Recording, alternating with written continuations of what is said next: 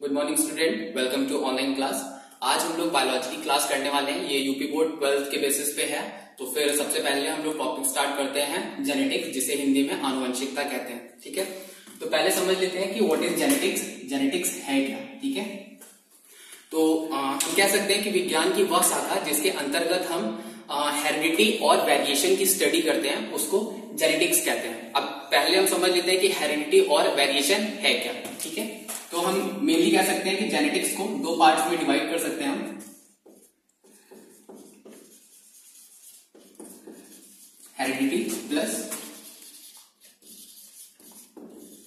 Variation. ठीक है, heredity समझ लेते हैं कि पहले हेरिडिटी होता क्या है। हेरिडिटी को हम बोल सकते हैं कि हेरिडिटी एक टर्म है जिसका इस्तेमाल हम करते हैं अपने पूर्वजों से जो लक्षण हमारे ऑफस्प्रिंग्स मतलब बच्चों में उत्पन्न होते हैं उसको हेरिडिटी कहते हैं। हेरिडिटी एक प्रोसेस है, एक विधि है जिसके द्वारा हमारे जो कैरेक्टर्स हैं, हमारे जो गुण हैं, वो पूर्वजों से हमारे आने वाली संतानों में उत्पन्न होते हैं। ठीक है, एंड वेरिएशन को हम समझते हैं, वेरिएशन मतलब होता है अंतर या बोल सकते हैं अलगाव, जिसकी मदद से या जिसके द्वारा हमारे जो पूर्वज हैं और जो हमारे आने वाली पीढ़ी है उनमें अंतर महसूस होता है या अंतर दिखाई देता है। जैसे कि आप समझ सकते हैं कि हमारे माँ बाप हैं, हमारे माँ बाप जो हैं वो हमारी ही तरह है या हम उनकी तरह हैं। ठीक है, हुबहू है, उनके दो हाथ हैं, उनके दो पैर हैं, उनका चेहरा हमारे चेहरा, कुछ चीजें, बहुत सारी चीजें मिलती जुलती हैं। लेकिन वेरिएशन में अगर हम बात करें तो वेरिएशन में क्या है, हम में और उनमें बहुत सारे अलगाव हैं, बहुत सारी क्या है चेंजेस हैं। जैसे कि हम क्या हुबहू अपने माँ बाप की तरह दिखते हैं? शायद आंसर होगा नहीं।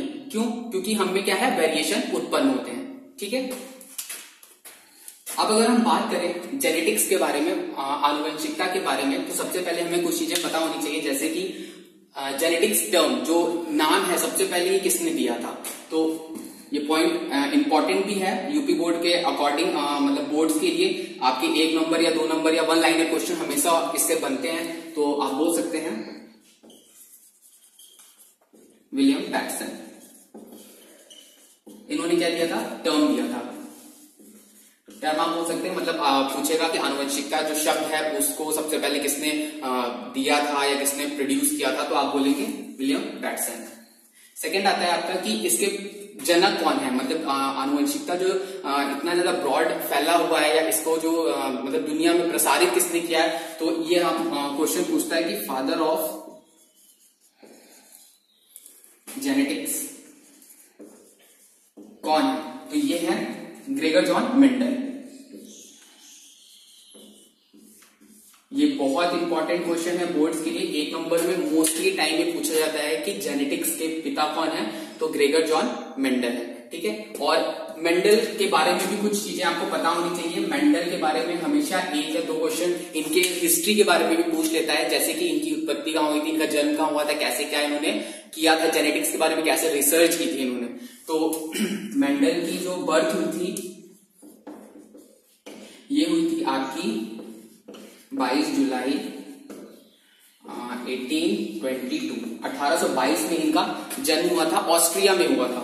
ठीक है, ऑस्ट्रिया बहुत इंपॉर्टेंट है, बहुत बार पूछा गया है कि ऑस्ट्रिया में हुआ था कि कहाँ हुआ था। ऑस्ट्रेलिया अलग है, ऑस्ट्रिया अलग है। ठीक है, तो ऑस्ट्रिया में इनका जन्म हुआ था। इनकी हिस्ट्री कुछ पढ़ लीजिए कि इनका जन्म जो है वो 12 जुलाई 1822 ईस्वी में ऑस्ट्रिया में हुआ था। उसके बाद ऑस्ट्रिया में ही ये फिर मॉन्क्स बन गए थे। एक्चुअली ये मैथमेटिशियन थे, एक गणित के बहुत अच्छे विशेषज्ञ थे।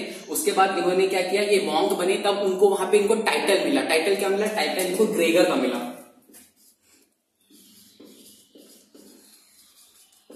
इन्होंने एक टाइटल पाया ग्रेगर, और यहाँ पे क्या थे, मॉन्क। मॉन्क आप समझ रहे हो ना, प्रीस्ट, पादरी जो मंदिरों में पूजा पाठ कराते हैं। तो वहां पे जब क्रिश्चियंस लोगों में, क्योंकि ये वहां पे ऑस्ट्रिया में थे तो वहां पे क्रिश्चियंस बहुत ज्यादा हैं, तो क्रिश्चियंस, तो वहां पे उनको ग्रेगर मिला। फिर वहां पे इन्होंने रिसर्च स्टार्ट की। इन्होंने रिसर्च किस पे की? इन्होंने जेनेटिक्स पे की, एवोल्यूशन पे की, और इन्होंने एक पौधा चूज किया। पौधे का नाम था मटर। मटर तो आप सभी लोग जानते होंगे। मटर, इसका वैज्ञानिक नाम बहुत पूछा जाता है बोर्ड्स में। इसका वैज्ञानिक नाम था पाइसन सेटाइगम।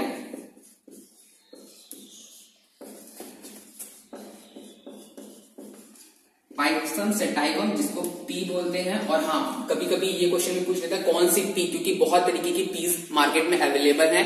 रिसर्च में बहुत ज्यादा पीस के बारे में हुआ है, तो गार्डन पी पे इन्होंने मतलब मेनली रिसर्च की थी।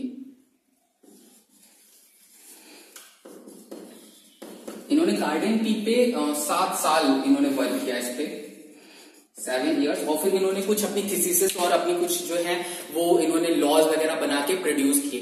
इन्होंने जो लॉज वगैरह बनाए वो बहुत ज्यादा पॉपुलर नहीं हो पाए थे। उसका रीजन ये था क्योंकि इन्होंने जिस मैगजीन में किया वो उस टाइम पे मैगजीन बहुत ज्यादा पॉपुलर नहीं थी।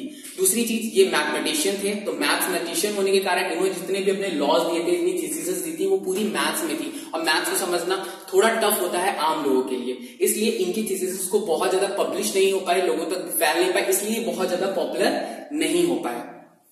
इन्होंने पी के अलावा भी कुछ पौधों पे रिसर्च किए थे, बट वो इतने ज्यादा सक्सेसफुल नहीं हुए थे। इन्होंने एक और प्लांट पे किया था जिसको हॉकवीड बोलते हैं। इन्होंने हॉकवीड पे भी किया था रिसर्च, लेकिन ये इनका नहीं पॉपुलर, मतलब नहीं सक्सेस हो पाए थे, इसलिए हॉकवीड के बारे में ज्यादा जिक्र नहीं होता। सिर्फ पाइसम सटाइवम के बारे में जिक्र होता है क्योंकि इनका सक्सेस था, इनका बहुत ज्यादा ये काम किया था जिसकी वजह से ये पॉपुलर है। ठीक है, अब एक क्वेश्चन ये भी उठ रहा होगा आप लोग के मन में कि इन्होंने मटर का ही पौधा क्यों चूज किया, ये और भी सारे पौधे चूज कर सकते थे या उनमें ही सक्सीडेड क्यों हुए। तो जब भी कोई रिसर्च करता है तो वो ये ध्यान में देता है कि वो अपनी रिसर्च को इजीली कर पाए, कम समय में कर पाए और ज्यादा अच्छा रिस्पॉन्ड पा सके। तो सबसे पहले इस पाइसम सटाइवम की खासियत ये थी कि ये क्या थे, वार्षिक था। वार्षिक जिसको एनुअल भी बोलते हैं।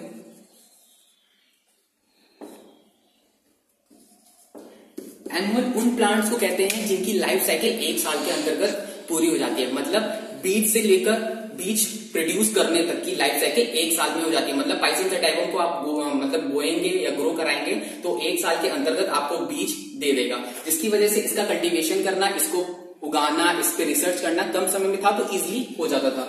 दूसरी चीज,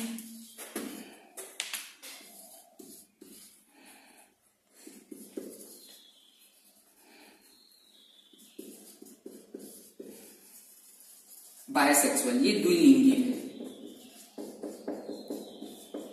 द्विलिंगी होने का मतलब एक ही पौधे में आपके दोनों जनन अंग मिल जाते थे, दोनों मेल रिप्रोडक्टिव ऑर्गन और फीमेल रिप्रोडक्टिव ऑर्गन आपके एक ही फ्लावर में, एक ही प्लांट में मिल जाते थे, जिससे कि क्रॉस कराना, उनमें रिसर्च करना, जेनेटिक्स करना इजी हो जाता था, जिसके कारण ये पाइसम सटाइवम इनके लिए बहुत बेहतरीन था। प्योर लाइन, बाइसेक्सुअल होने की वजह से इनमें प्योर लाइन कंडीशन थी। प्योर लाइन का मतलब होता है शुद्धता। इनमें क्या है, शुद्धता आप ला सकते थे क्योंकि मान लीजिए कि एक पौधा है, उसमें ही मेल रिप्रोडक्टिव ऑर्गन है और फीमेल रिप्रोडक्टिव ऑर्गन है, तो उसमें क्रॉस करा के प्योर लाइन जो इनकी नई जनरेशन मिलती थी वो बहुत शुद्ध मिलती थी। मतलब किसी भी तरीके का इनमें क्या है, चेंजेस नहीं मिलता था क्योंकि दूसरे पौधे से इनका कोई भी अटैचमेंट नहीं हो पाता था, जिसकी वजह से इनमें प्योर लाइन कंडीशन होती थी, इसलिए पाइसम सटाइवम बहुत ज्यादा सुटेबल था।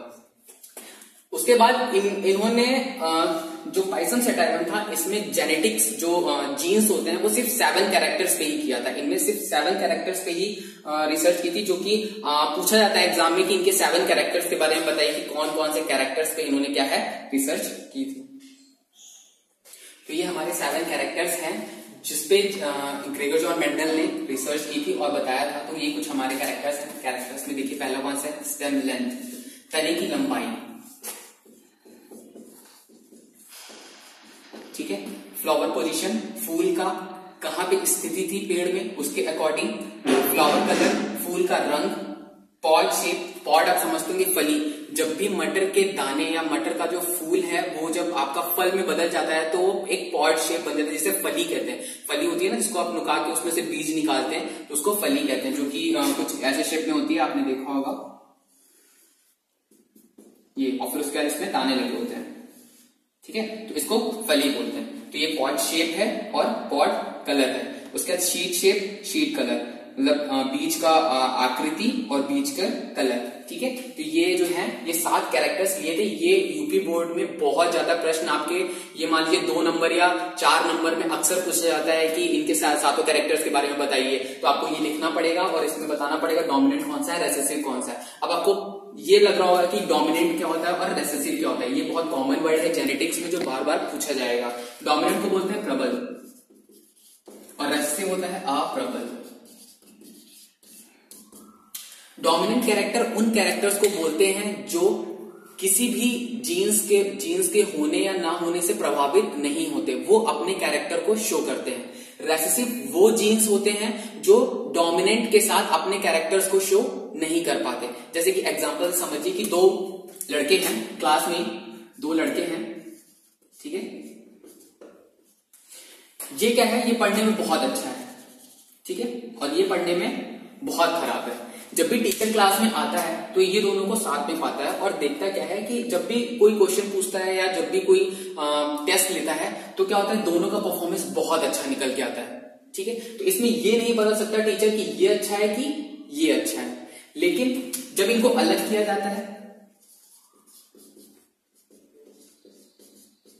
मान लीजिए ये ए है, ये बी है, ये ए है और बी है, तो जब इसको अलग से इसने टेस्ट लिया, जब मान लीजिए अलग से आपने इसका टेस्ट लिया तो पाया कि बहुत अच्छा बच्चा है, जैसे कि यूजुअली ये है, लेकिन बी जब इससे अलग में टेस्ट लिया गया तो पता चला कि बहुत वीक है। इसका मतलब क्या है, इसका मतलब ये है कि बी जो है वो अलग होने पर अपने कैरेक्टर को शो करता है, इसलिए वो रेसेसिव है।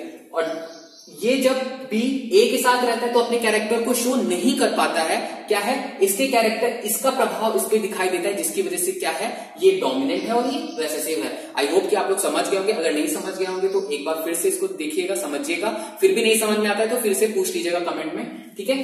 तो इसमें क्या है, अब जैसे मान लीजिए कि दोनों जीन्स जब आपस में रहते हैं तो कौन से कैरेक्टर डोमिनेंट है, कौन से रेसेसिव है, ये इसमें पता चलता है इस 7 कैरेक्टर्स में। जैसे कि मान लीजिए स्टेम लेंथ, अगर लंबाई की बात करें तने की, तो लंबा होना एक डोमिनेंट कैरेक्टर है और छोटा होना, ड्वार्फ फॉर्म हो सकते हैं बौना, तो बौना होना एक रेसेसिव कैरेक्टर है।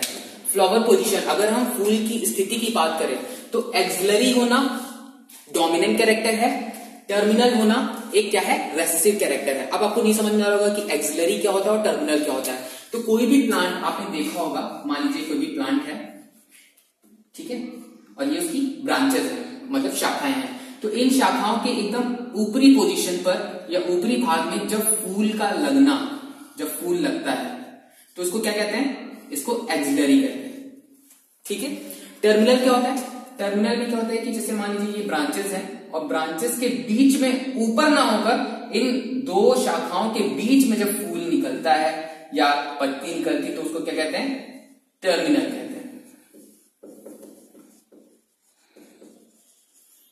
ठीक है।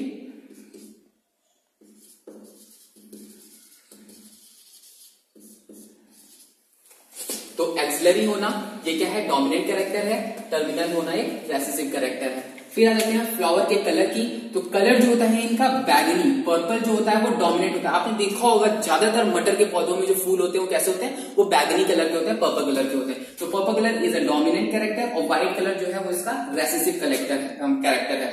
पॉड शेप, अगर आपने फली की बात करें तो इन्फ्लेटेड होना, मतलब कि आपने देखा होगा कि ज्यादातर फलियां खिली हुई होती हैं, फ्रेश होती हैं, जो मतलब कि आपस में चिपकी हुई नहीं होती हैं, तो उसको बोलते हैं इन्फ्लेटेड। और कॉन्स्ट्रिक्टेड क्या होती है, आपस में सिकुड़ी हुई। बहुत रेयरली आपने पॉट्स देखे होंगे या फली देखी होंगी जो क्या हो, आपस में चिपकी हुई हो या ज्यादा अच्छी से ग्रोथ ना हुई हो उनकी। तो इन्फ्लेटेड जो है वो डोमिनेंट कैरेक्टर है, कॉन्स्ट्रिक्टेड जो है वो रेसेसिव कैरेक्टर है। आपका कभी कभी 1 नंबर में भी क्वेश्चन पूछ लेता है कि डोमिनेंट कैरेक्टर, मान लीजिए पूछ लिया कि स्टेम लेंथ में डोमिनेंट कैरेक्टर क्या है, ऑप्शन दे देगा आपको या फिर 1 लाइनर में आपको बताना पड़ेगा, तो आप बताएंगे क्या, लॉन्ग, लंबा होना क्या है, स्टेम का डोमिनेंट कैरेक्टर है, ठीक है। फिर उसके बाद पॉट शेप, पॉट कलर की बात करें, आपने देखा होगा जो इसमें से फली निकलती है पकने के बाद, पकने के बाद जो फली निकलती है वो क्या होती है, येलो कलर इसका डोमिनेंट होता है और ग्रीन कलर जो होता है उसका रेसेसिव होता है, ठीक। अगर सीड की बात करें, बीज आपने देखे होंगे, तो बीज कैसे होते हैं, बीज का अगर आप कलर की बात, शेप की बात करें तो राउंड गोल जो होंगे वो, आप कभी आपने मटर अगर बोई होगी तो आपने देखा होगा कि गोल जो होते हैं, गोल क्या होते हैं, बहुत कॉमनली होते हैं, बहुत ज्यादा मिलते हैं, तो वो डोमिनेंट कैरेक्टर। और जो रिंकल्ड है, रिंकल्ड मतलब झुर्रीदार, आपस में स्ट्रिंग, आपने ऐसा देखा होगा, ये ऐसे करके बीज, तो ये बहुत रेयरली बीज देखने को मिलते हैं, इसलिए क्यों, क्योंकि ये रेसेसिव होते हैं और राउंड एकदम परफेक्टली राउंड होते हैं, तो वो क्या होते हैं, डोमिनेंट होते हैं। शीट कलर की बात करें तो ग्रीन कलर क्या है इनका, डोमिनेटिंग है, और येलो कलर जो है वो क्या है, रेसेसिव है। आपने कभी भी मटर खाई होगी ना, जब सीजन आता है मटर का, तो आपने मोस्टली मटर कैसी देखोगी, ग्रीन कलर की देखोगी, क्यों, क्योंकि ये इसका डोमिनेटिंग कैरेक्टर है।